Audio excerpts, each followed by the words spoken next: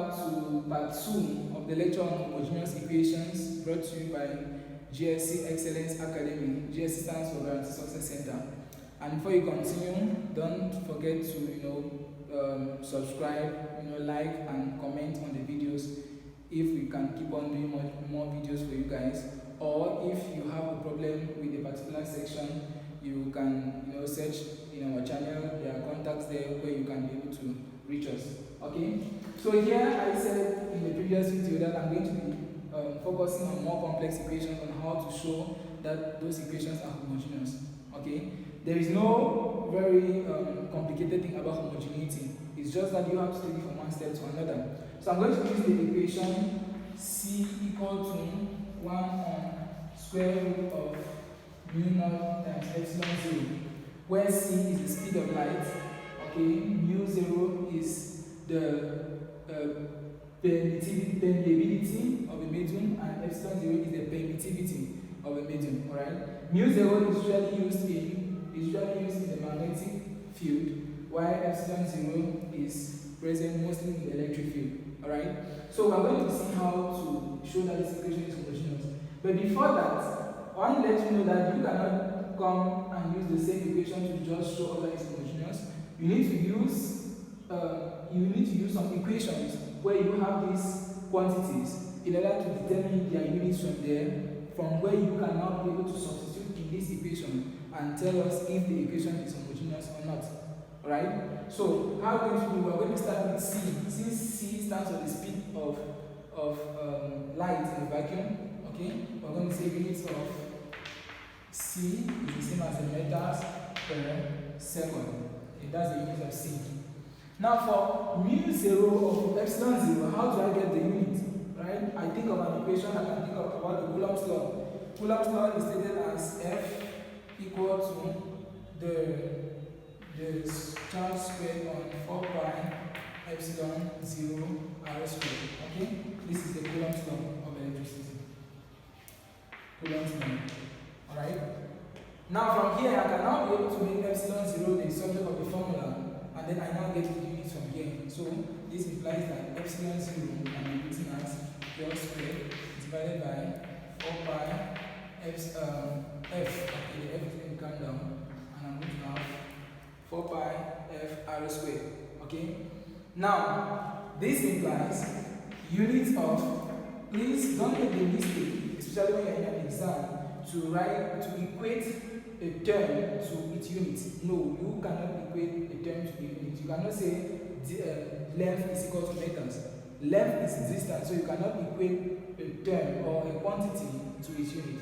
Alright? So units of epsilon 0 will simply be given by Q. The unit of Q from the Faraday's law, Q is equal to current times time. So it means its unit is going to be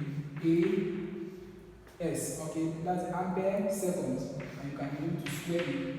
All that divided by 4 pi, of course. 4 pi has no unit. Okay, 4 pi has no unit. So I will focus on F. So the units of F will be kilogram. Remember, F is force, kilogram meters per second squared. Okay, times R squared. So R squared here is the separation. Okay, it's the square of the separation of the two charges, and the unit of R is the meters. Separation is distance, so I'm going to have meters squared. Okay, which is going to tell us that, which implies the units of epsilon 0, okay, is equal to per kilogram. Okay, meters and meters squared gives us meters cubed, so per meter cube, because it's going up. Okay, then here I'm going to have ampere squared, then I have per second squared, that will be going also to be, okay, second squared, and it's going to give me second to the power 4. So that's the unit of epsilon 0. Alright, now let's look at how do we get the unit of the permeability. Okay, we're going to plot an equation from the magnetic field. Okay, magnetic field. F, the force per unit length separating two conductors in a magnetic field. right, is given by the current between them. So if there are two of them, I'm going to have mu0 Ix Iy. If there are two conductors x and y, divided by 2 pi r. Okay, 2 pi times the separation, right? That is the distance between the two conductors in a magnetic field. Okay, so if you place two conductors in the magnetic field like this that are carrying currents either in the same direction or in the opposite direction, the force per unit length, okay, between these two conductors in that magnetic field is given by this. That's the current. This is x and this is y. Okay, where r is their separation. Okay, so from here I can now be able to make mu naught the subject of the formula, and I get the units of mu naught to now come and substitute the equation. So I'm going to wipe this one. We already have the units of epsilon 0 somewhere there. So I can now be able to say, okay, from there, this implies mu naught is equal to, okay, f times 2 pi r divided by mu naught, Ix Iy times L. Okay, and this implies the units of mu0 equal to kilogram meters per second squared. Okay, 2 pi has no unit, so times meters is the units of r divided by units of current is the ampere, so I'm going to have ampere squared since it's current times the meter. Okay, so this meter is going to take care of this meter, and I'm going to be left with kilogram meters, okay, per second squared per ampere squared, okay, because ampere has come, so the meter is taking care of the meters. Alright, so I can now be able to substitute in this form, right, to now get the unit of 1 over mu naught epsilon 0. So I can say this implies units of, please, the same way I'm writing, okay, make sure you write it the same way.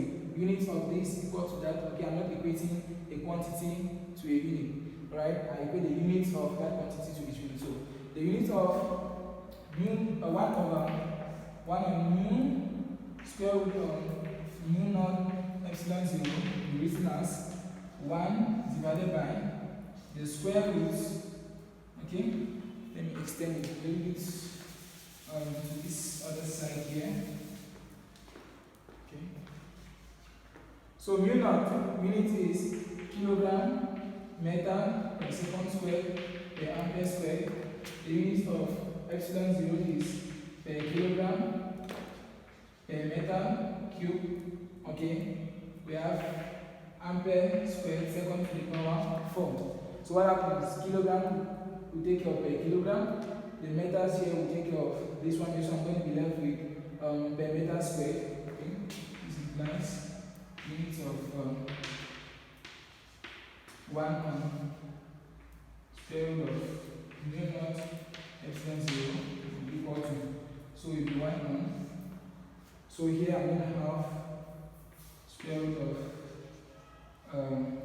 per meter squared. Okay, so the ampere squared will take care of ampere squared, and then per second squared will take care of per second squared here. So I'm going to be left with second squared.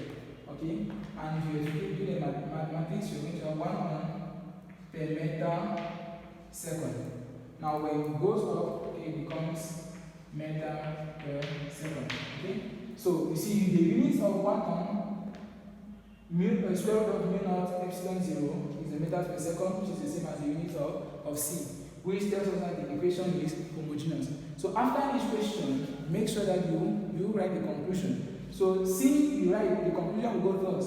Since the unit of C is the same as the unit of 1 on square root of mu naught epsilon 0, therefore the equation is homogeneous. Thank you for watching the video. In the next part, I will try to take another complex equation in order to prove its homogeneity, and I hope it's going to be helpful to you. Thank you very much.